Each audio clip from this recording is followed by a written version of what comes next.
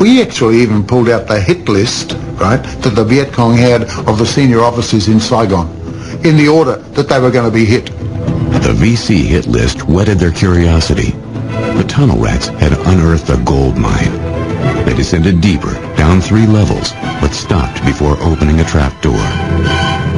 Had they gone through that trapdoor, we would have unleashed hell, because that was the only entrance into the heavy headquarters for the Saigon area. One trapdoor and we could have changed the whole war. Really, it's terrifying to know that there are that many people down below us. But also, I don't know what would have happened, to be quite honest with you. They only realized how close they were to the enemy headquarters after the war was over. Tragically, Operation Crimp also marked the first tunnel rat casualty. Corporal Bob Bartell got trapped in a small tunnel filled with smoke.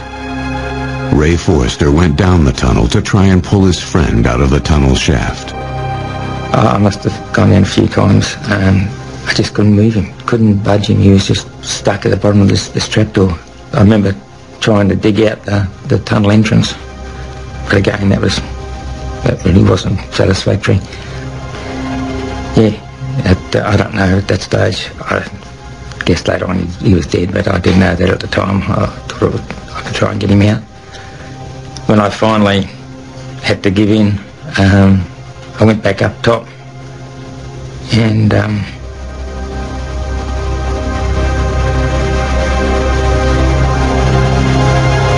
Ray Forrester was unable to save his friend and reluctantly, following orders, returned to the surface. They realized that the smoke from the Mighty Mite had sucked all the oxygen out of the tunnel, and Corporal Bartell suffocated to death. Operation Crimp was ended 5 days later, and American and Australian forces retreated. With the incredible discovery of a vast enemy underground network, however, more tunnel rats would be needed to risk their lives and volunteer for this deadly mission.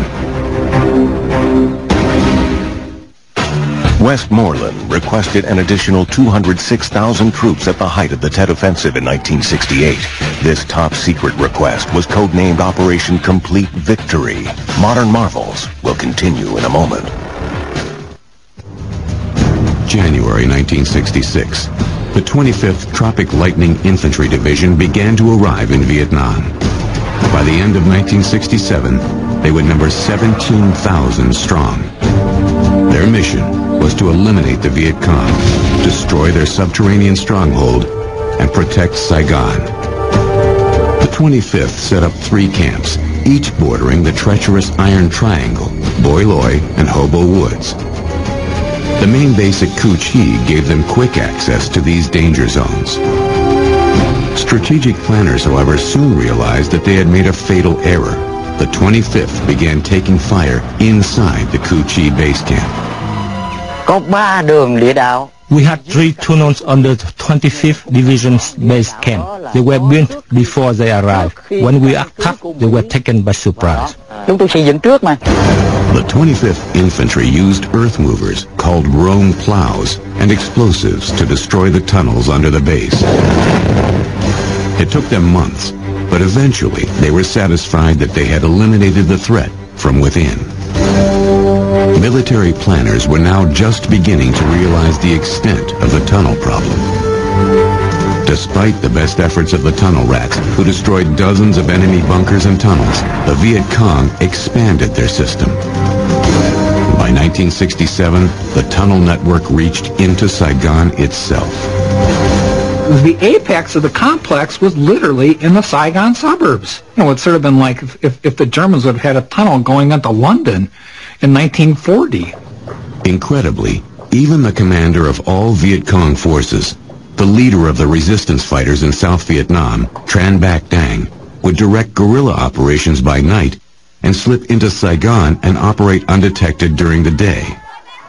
I live half my life in Saigon and half my life in the tunnels. My house was next door to the American ambassadors. On January 10, 1967, the 25th Infantry Division launched Operation Cedar Falls. The goal was to trap and crush the Viet Cong dug in and under the Iron Triangle. Newly recruited 25th Trooper C.W. Bowman arrived in Vietnam a few days before he went into the killing zone. When you were over there, you just had to reside to the fact that you were going to die. You know, you probably weren't going to make it, so you were going to do the best you could, fight as hard as you could. Patrol comrade Gary Heater was never too far from his close friend Bowman. You know, I kind of want to get attached to somebody so I can have a friend over there, and I didn't want to get too friendly to too many people in case, you know, you get hurt or lose somebody. But he's the only one I ever got close to. Incoming troops were filled with tales of the horrors faced by a small band of men, the Tunnel Rats, who dared to chase the fierce Viet Cong down into their tunnels. Sometimes they would put right underneath the entrance, they'd put a man trap, a large punji pit. Instead of landing on solid ground, you'd land into a punji pit. Operation Cedar Falls marked the initiation of a new breed of tunnel rat. So many tunnels were being uncovered and no time to wait for engineers to search them. The petrifying task was now open to regular foot soldiers gutsy enough to volunteer. In our unit, you know, it was, hey, you know, we need somebody to go in the tunnel, and we went, you know, and you took a 45 and you chambered around and cocked the hammer back and went in. Bowman and Heater volunteered for tunnel rat duty together. CW and I, we're closer than brothers. And I'd go in a lot of tunnels, and he'd come in behind me, or he'd go front. I felt safe when he was with me. That's the big thing. Gary and I were, you know, we were just a couple old G.I. Joes, you know, and looked at us as, I guess, a challenger or whatever, and stepped up to do it. During Operation Cedar Falls, Bowman and Heater were initiated in the terrifying hazards of tunnel rat duty. He pushed the trap door open and nothing happened, you know, so Gary kind of stuck his arm up there with the light first and then just kind of eased up, looked over the edge, and he dropped back down. He said, God, he says, there's a booby trap up there, you know, and so what the hell's up there? He says, I don't know. He says, but it doesn't look good, you know, and we looked back up there and Claymore was sitting up there on a tripod. Luckily, the Claymore mine was not booby-trapped, and Bowman and Heater surfaced safely. Operation Cedar Falls ended in frustration and failure. Although some documents, weapons, and ammunition were recovered, the enemy was far from routed. The guerrillas quickly and secretively rebuilt the tunnels that were destroyed. 25th Infantry Tunnel Rats Bowman and Heater would soon return to action on new operations. Their biggest fear was meeting the enemy face to face. In the claustrophobic confines of the tunnel, the rats knew only one would emerge alive. Tunnel rat Gary Heater was shocked by his first underground encounter. It would turn out to be a 3-4-year-old kid. This kid was just sitting there. I guess his dad just left him there. Maybe he heard me coming. But I just looked at him, and he looked at me, and you know, I had the flashlight on him, and I just kept on going. It scared me. He was just a kid, but it could have been Daddy. The one time Bowman went in a tunnel by himself, he met the real enemy. He crawled through a long, narrow passageway that opened up to a large chamber, a recovery room, with VC guerrillas lying in bunks. They had like their weapons up against the wall and stuff, and I kind of stumbled in there. When I came up in there and shined the light, you know, and boom, it was like Keystone Cops. They started reaching for the weapons, and I started shooting. Flash, this happens, flash, that happens. People hollering, screaming, people shooting. Your heart's pounding. I mean, it's all reaction. You really don't think. You just start shooting. If you hesitate and think about it, you're the one that's probably going to die. I shot, you know, and get the hell out of there as fast as I could. Bowman remarkably survived this terrifying face-to-face unscathed. Yet his tunnel rat buddy Gary Heater wouldn't be so lucky. On his last mission before flying home, he stepped on a landmine known as a Bouncing Betty. I knew it was a Bouncing Betty because I heard the spring. As soon as I stepped, we was running through this minefield. And it went off, and it did knock me unconscious. I was awake until I got to the hospital. But I couldn't see my leg. Gary Heater fortunately survived, but spent 2 years in a veterans hospital before he could walk again. As 1967 closed, American military planners raised the stakes. B-52 arc light strikes increased in ferocity and breadth. U.S. planes dropped massive payloads of iron bombs and chemical defoliants that would eventually reduce the Iron Triangle and the Hobo Woods to a desolate moonscape.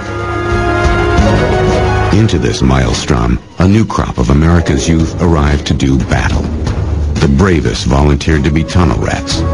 In the dark depths, they fought for their nation, their honor, and their lives. During Operation Cedar Falls, an estimated 550 Viet Cong guerrillas were either killed or captured. The tunnels of Vietnam will continue in a moment. Frustrated with their inability to quell the dogged Viet Cong resistance, American military leaders raised the stakes and the heat. Toward the end of 1967, massive B-52 or arc light strikes increased in South Vietnam. They pounded the Iron Triangle and the surrounding danger zones. On the ground, Rome plows were liberally used to unearth and destroy tunnels. Chemical defoliants and napalm drops eliminated the jungle canopy used as cover by the enemy. Well, by the time all that was done, you defoliated things, all these holes started popping up all over the place. And so there was just a lot more holes than there were tunnel rats, I think. So they would just say, well, anybody want to go down? And there was always a few of us that would. The tunnel rats found their own reasons to justify their dangerous mission. I enjoyed that mystique. I enjoyed that whisper when the new guys would come in and they'd say, that's Corey, you know, he's crazy. I hate to admit it, but I loved the rush. 25th Infantryman and tunnel rat Art Tejeda turned a perilous task into a high-stakes treasure hunt. Anything in that tunnel belongs to you, aside that it going to S2 intelligence, like maps and paperwork and stuff like that. But you find uniforms, you find weapons, you know, pistols, bolt-action rifles and stuff like that, which you can use for barter, which became pretty good. And it came to be a good business. The Viet Cong were ready as ever to repel interloping tunnel rats. They would tie pit vipers, and they would hang them upside down with their tails. So if you weren't aware of them, and you didn't look close enough, you stick your head in one of them tunnels and bang. I saw one unfortunate young man who was new. He didn't exactly know what he was doing. He crawled up. At least he knew enough to get down, but he crawled up to a tunnel and looked over the edge, and he was shot right in the face. The guy was just sitting right there. Tragic experience taught the rats to drop hand grenades into a tunnel entrance before they went in. The new rats adopted the now time-honored tools and techniques of the tunnel rat trailblazers. Other soldiers would hold me by my ankles and they put me head first. I'd go in there with a 45, my right hand, flashlight on my left. Once in the tunnel, the new rats were prey to the same heart-pounding trials and tribulations of their predecessors. 25th Infantryman Ken Corey volunteered to enter and search enemy tunnels.